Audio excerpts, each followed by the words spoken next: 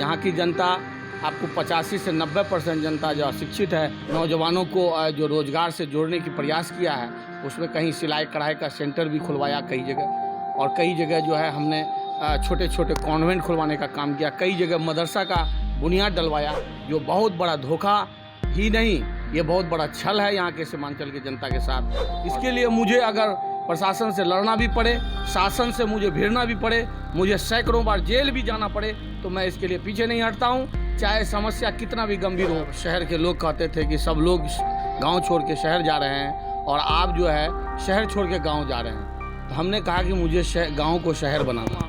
शाहबुज जमा का मतलब होता है शहाब मने सितारा और जमा मने जमाना होता है। मैं हर ज़माने में सितारा बन के रहना चाहता हूँ, और इसको अगर आप लालच करते हैं तो यही मेरी लालच है, इसके सिवा मुझे कोई लालच नहीं। नमस्कार, मैं हूं आयुषी मिश्रा और आप देख रहे हैं फर्स्ट बिहार झारखंड। फर्स्ट बिहार की पूरी टीम लगातार अपने चुनावी सफ़र पर है, और ऐसे में अभी हम मौजूद हैं सीमांचल के अमौर प्रखंड में, और वहां के जिला पार्षद क्षेत्र संख्या 30 के भावी उम्मीदवार हमारे साथ जुड़े हैं।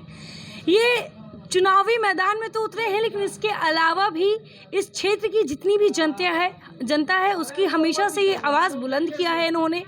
और आज हमारे साथ लड्डू भैया जुड़े हैं, चल के इनसे जानते हैं कि आखिर चुनाव करीब आ गया है, ये चुनावी मैदान में है, क्या उद्देश्य है चुनाव लड़ने के पीछे, क्योंकि पिछले 20 सालों से अपने क्षेत्र की जनता का सेवा कर रहे हैं, और ऐसे में इन्होंने बहुत बार अपनी किस्मत भी आजमाई है, लेकिन इस बार इन्होंने जिला पार्षद चुनाव लड़ने का सोचा है। और ऐसे में क्या लगता है लड्डू भैया, एक तो आपको लड्डू नाम से ही लोग इतने प्यार से आपको जानते हैं, तो लड्डू नाम क्यों रखा गया आपका? ये बात तो हमारे पूर्वज लोग बता सकते हैं कि क्यों रखा है, लेकिन मुझे उसका मानी यही समझ में आया, लड्डू का मतलब होता है हर किसी के लिए उपलब्ध होना, और लड्डू का तकदीर होता है कि वो अपने लिए कुछ नहीं सोचना, और शायद इसीलिए मेरा नाम लोगों ने लड्डू रखा है। और मैं 24 घंटा जनता की सेवा में तत्पर रहता हूँ, चाहे वो एक्सीडेंटल मामला हो, चाहे वो ब्लॉक का मामला हो, या हॉस्पिटल का मामला हो, या बीमारी से संबंधित कोई भी समस्याएं हो, या फिर यहाँ की विभिन्न योजनाएं, जैसे आपका BPL योजना है, उसमें बहुत सारी गड़बड़ी है, उसके मुद्दे पर सरकार के माध्यम से उसको सुविधा उपलब्ध कराने का बात हो, या पुल है, सड़क है, पुलिया रोड है, या यहाँ पे शिक्षा व्यवस्था बहुत ही चरमराई हुई थी पिछले 1-8 साल पहले, लेकिन मेरी लड़ाई की वजह से अब जो है शिक्षा में नई शिक्षा नीति लागू की गई है, जिसको मुझे बहुत आशा है कि इस शिक्षा नीति से बहुत सारे सुधार हो सकते हैं। और यहाँ की जनता आपको 85 से 90% जनता जो अशिक्षित है, और रोज़गार में भी लगभग जो है आपको 5-6% से लेकर 12% तक रोज़गार में लोग हैं, लेकिन सरकारी आंकड़ों में जो है 53% रोज़गार और 56% लोगों को शिक्षित बताया जाता है, जो बहुत बड़ा धोखा ही नहीं, ये बहुत बड़ा छल है यहाँ के सीमांचल की जनता के साथ। और तीसरा मुद्दा मेरा ये है कि जितनी भी महत्वाकांक्षी योजनाएं चल रही हैं, उसमें ब्लॉक से लेकर के ज़िला तक, और ज़िला से लेकर के मंत्रालय तक 40% का PC जो है आधा खा ही जाता है। तो आखिर ज़मीन पर क्या उतर रहा है, जो 2-3 साल 5 साल के अंदर में बड़े बड़े पुल गिर जाते हैं, बड़ी बड़ी सड़कें जर्जर हालत में हो जाती हैं। आखिर वो अंग्रेज़ वो क्या खा के बनाता था, जो कि आज भी बहुत सारी बिल्डिंगें गिर नहीं रही हैं, और हमारे 2 साल 4 साल में पुल और पुलिया और सड़क ध्वस्त हो जाते हैं। तो इस पर मैं गहन अध्ययन भी कर रहा हूँ, और इस पर जनता के साथ जुड़ा भी हूँ, और इस समस्याओं के समाधान के लिए मैं हमेशा तत्पर हूँ। और इसी को लेकर के मैं इस बार आह्वान किया है कि जिला परिषद क्षेत्र संख्या 30 दलमालपुर और भवानीपुर, बरबट्टा, बिशनपुर, तियरपाड़ा और दुरपैली, पुठिया गंगेली और खरैया के सभी जनतागणों से मेरा आह्वान है, और नमस्कार और सत श्री अकाल और सलाम के साथ मैं उनसे आग्रह करता हूं कि हमारे इस क्रांतिकारी मतलब कि मुहिम में, और हमारे जो ये मेरी सोच जो है लोगों के प्रति कि लोगों के जो रहन सहन की स्थिति है वो कैसे ऊपर उठे और मुख्य धारा के साथ कैसे जुड़े, इसके लिए मैं हमेशा प्रयासरत रहा हूँ। इसके लिए मुझे अगर प्रशासन से लड़ना भी पड़े, शासन से मुझे भिड़ना भी पड़े, मुझे सैकड़ों बार जेल भी जाना पड़े, तो मैं इसके लिए पीछे नहीं हटता हूँ, चाहे समस्या कितना भी गंभीर हो, मैं उससे कोशिश करता हूँ कि मैं करूँगा। और मुझे उम्मीद है कि इस बार मुझे जनता निराश नहीं करेगी और मैं भारी मतों से ऐतिहासिक जीत में दर्ज कराने में कामयाब हो पाऊंगा। लड्डू भैया ने आज तक कभी जनता को निराश नहीं किया है, तो जनता इनको निराश कैसे कर सकती है। और ऐसे में इसी उम्मीद के साथ ये इस बार चुनावी मैदान में उतरे हैं। इनका ये 20 सालों का जो इस क्षेत्र की जनता के साथ सफ़र रहा है, उनके बीच में सुख दुख में हर समय उनके साथ रहना।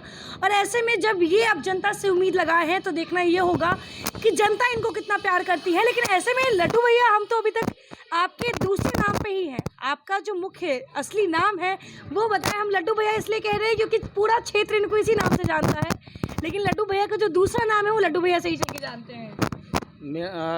बहुत अच्छा सवाल किया आपने, क्योंकि इस नाम थोड़ा मेरा लंबा है। जी। मेरा नाम मोहम्मद शहाबुज़्ज़मा उर्फ लड्डू के नाम से मशहूर हैं। और मेरे पिता जो हैं बदियुज़्ज़मा एडवोकेट, पूर्व में पीपी रह चुके हैं पूर्णिया के।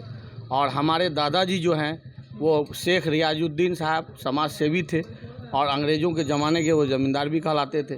और हमारे नाना पूर्व विधायक अमोर जो मोइज़ुद्दीन मुंशी के नाम से मशहूर थे, जिनका बनाया हुआ रेफरल हॉस्पिटल है, रजिस्ट्री ऑफिस है, पहड़िया कॉलेज, इंटर कॉलेज, किसान इंटर कॉलेज है, यहाँ पर प्रोजेक्ट कन्या उच्च विद्यालय है। ये सब उन्हीं के टाइम का बना हुआ है। मैं उनके सपनों को आगे बढ़ाने के लिए इस फील्ड में हूँ। लोग दुकान करते हैं, मकान करते हैं, लोग खेती करते हैं, व्यापारी करते हैं, मैं सिर्फ पॉलिटिक्स करता हूँ। पॉलिटिक्स इसलिए कि जनता के उत्थान के लिए मैं कुछ कर पाऊँ अपने जीवन काल में, ये मेरा सौभाग्य होगा। इसी के लिए मैं आपके बीच बैठा हूँ। और आपने जो सवाल किया शहाबुज़्ज़मा का मतलब होता है, शहाब माने सितारा और जमा माने ज़माना होता है। मैं हर ज़माने में सितारा बन के रहना चाहता हूँ। और इसको अगर आप लालच कहते हैं तो यही मेरी लालच है, इसके सिवा मुझे कोई लालच नहीं। आपने सुना, इनको हर ज़माने में सितारा बनकर चमकना है और इनके नाम का भी मतलब यही होता है। इसीलिए इन्होंने अपने नाम का अर्थ बताया हमारे दर्शकों को। इसके अलावा मैं आपको बता दूं कि क्षेत्र संख्या 30 से ये चुनाव लड़ रहे हैं। और जिस तरीके से आपने बताया कि जो आपका फैमिली बैकग्राउंड रहा है, हमेशा से आप बचपन से ही उन लोगों को देख के बड़े हुए हैं। ऐसे में चाहे वो कानूनी शिक्षा हो, चाहे वो सामाजिक शिक्षा हो, चाहे वो नैतिक शिक्षा हो, हर तरीके से आपको अपने परिवार से उन चीज़ों को ग्रहण करने का अनुभव रहा है। ऐसे में ये बताएं कि आपने कहा कि आपके क्षेत्र की 90% जनता अभी भी अशिक्षित है और यही एक कारण है जिसकी वजह से क्षेत्र का विकास नहीं हो पाया है। क्योंकि जब 5 सालों में जनता की बारी आती है तो जनता बिना सोचे समझे वो बस वोट दे देती है कहीं भी, और इसी की वजह से क्षेत्र में विकास नहीं हो पाता है। ऐसे में जनता को शिक्षित करने के लिए शिक्षा सिर्फ स्कूल में नहीं होता, एक सामाजिक ज्ञान भी होता है। जनता को शिक्षित करने के लिए और जागरूक करने के लिए क्या कुछ आप कर रहे हैं ताकि भले जनता आपको चुने ना चुने लेकिन जनता जागरूक हो जाए, इसके लिए क्या कुछ कर रहे हैं आप? बहुत अच्छा सवाल आपने किया। ये मेरा समझिए कि अभी निजी मामला बन के रह गया था, लेकिन आज आप उसको सार्वजनिक करने जा रहे हैं। यह 2001 से मैंने शुरुआत किया राजनीति का।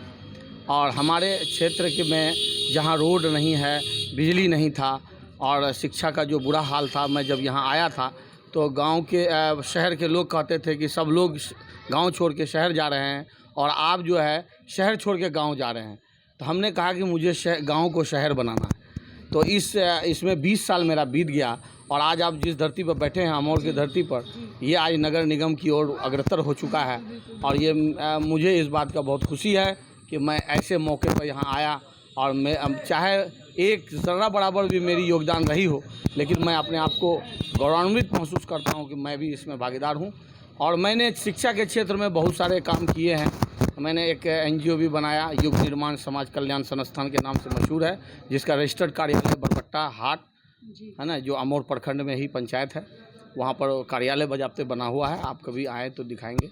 और उसके माध्यम से हमने क्षेत्र में नौजवानों को जो रोज़गार से जोड़ने की प्रयास किया है, उसमें कहीं सिलाई कढ़ाई का सेंटर भी खुलवाया कई जगह, और कई जगह जो है हमने छोटे छोटे कॉन्वेंट खुलवाने का काम किया, कई जगह मदरसा का बुनियाद डलवाया। और कई मौलवी हैं, मौलाना हैं, इन लोगों को मैंने अपने माध्यम से, अपने मतलब कि निजी कोष के माध्यम से उन लोगों को प्रोत्साहित करने का कोशिश किया। और जगह जगह जो है आपके खेल के लिए लड़कों को मैंने प्रोत्साहित किया। इस हमारे एरिया में टूर्नामेंट का कोई ये नहीं चलता था, लेकिन मैंने ही यहाँ के लड़कों को एक समझ लीजिए कि ये पॉलिटिक्स था वो मेरा, कि लड़कों को मैंने कहा कि तुम लोग खेलो, इसमें सभी जितने भी जनप्रतिनिधि हैं कुछ भाग लेंगे, उसमें कुछ पैसा भी मिलेगा और इससे क्या होगा, खेल के प्रति लोगों में श्रद्धा बढ़ेगी और लोगों में जागरूकता बढ़ेगी। तो आज मैं इस बात के लिए कामयाब हूँ। मुझे जिला परिषद, एमएलए या मुखिया का मुझे कोई तमन्ना नहीं रहा, क्योंकि मैं अपने मकसद में कामयाब हूँ। वो मैं किसी को बताना नहीं चाहता था। मैं चाहता था कि मेरे विधानसभा के अंदर में कम से कम हज़ारों नेता बने। यहाँ लोग दलाल बन जाते हैं, नेता नहीं बनते हैं। तो आज मैं वो कामयाबी की ओर अग्रसर हूँ कि अभी 500 से ज़्यादा नेता हैं हमारे क्षेत्र में।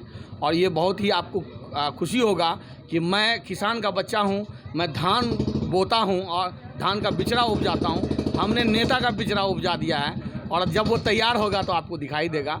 और दूसरा, मैंने खेल के मैदान में बच्चों को मैंने जगह जगह हर पंचायत में जो प्रोत्साहित किया है, हर जगह टूर्नामेंट के माध्यम से लोगों को क्रिकेट से, फुटबॉल से, बैडमिंटन से या वॉलीबॉल के माध्यम से लोगों में जागरूकता आई है। अभी भी आपका 18 तारीख को यहाँ पर दलमालपुर में टूर्नामेंट हुआ है, उसका भी उद्घाटन किया है। अभी भी भवानीपुर में परसों तरसों होने वाला। मतलब ये समझ लीजिए कि साल भर में कम से कम मैं करता हूँ तो 200 टूर्नामेंट करता हूँ। उसमें मैंने अच्छा खासा मतलब कि अपने जो है योगदान उसमें दिया हुआ है, ताकि इस क्षेत्र की जनता का जो है ना एक क्या कहते हैं संदेश जाए और लोगों के अंदर का जो ज्वाला है वो भड़के और जिससे वो आगे बढ़ने में उसकी मदद मिले। ये हमारा सीमांचल का क्षेत्र बहुत ही दबा कुचला है। ये एक नया रास्ता है जो कि मैंने चुना है। ये बहुत कठिन भी है और नामुमकिन भी है, लेकिन मैंने प्रयास का रास्ता चुना है। मुझे पूरा उम्मीद है कि ये क्षेत्र एक दिन उभर के रहेगा। अक्सर हम राजनीति शब्द को गलत मतलब राजनीति शब्द का ही गलत मतलब निकालते हैं, लेकिन ऐसे में लड्डू भैया से आपने बार बार एक शब्द का जिक्र सुना होगा, राजनीति का, कि ये राजनीति कर रहे थे। राजनीति का जो सही मतलब है वो यही है कि आप अपने क्षेत्र में अपने लोगों को किस तरीके से एक सही मार्गदर्शन दिखाते हैं, कैसे आप एक मार्गदर्शक बनते हैं और कैसे आप एक नेता कहलाते हैं। वो एक असली राजनीतिक कार्य का मतलब होता है। लेकिन ऐसे में आपको हम बता दें कि लड्डू भैया ने अपने बारे में जितनी भी जानकारी दी, इसमें एक मुख्य जानकारी ये है कि ये जिस तरीके से सिर्फ अपने समाज के लिए नहीं, अपने पूरे कौम को शिक्षा प्रदान करना चाहते हैं, उनको शिक्षा के जरिए आगे ले जाना चाहते हैं। और ये मैं आपको बता दूं कि मैं भी जिस इलाके में हूं, अमौर प्रखंड, ये मुस्लिम बहुमूल क्षेत्र है। और ऐसे में अब सिर्फ यहाँ की जनता को सिर्फ आप सामाजिक ज्ञान नहीं, शिक्षा के बदौलत भी आगे ले जाना है। ऐसे में इन्होंने मदरसा भी खोल रखा है और भी बहुत तरीके से ये यहाँ की नौजवानों को, युवा पीढ़ी में योगदान दे रहे हैं। तो अब देखना ये होगा कि आखिर अमौर क्षेत्र संख्या 30 की जो जनता है वो किसको अपना सरताज बनाती है। फिलहाल बने रहे फर्स्ट बिहार झारखंड के साथ। धन्यवाद।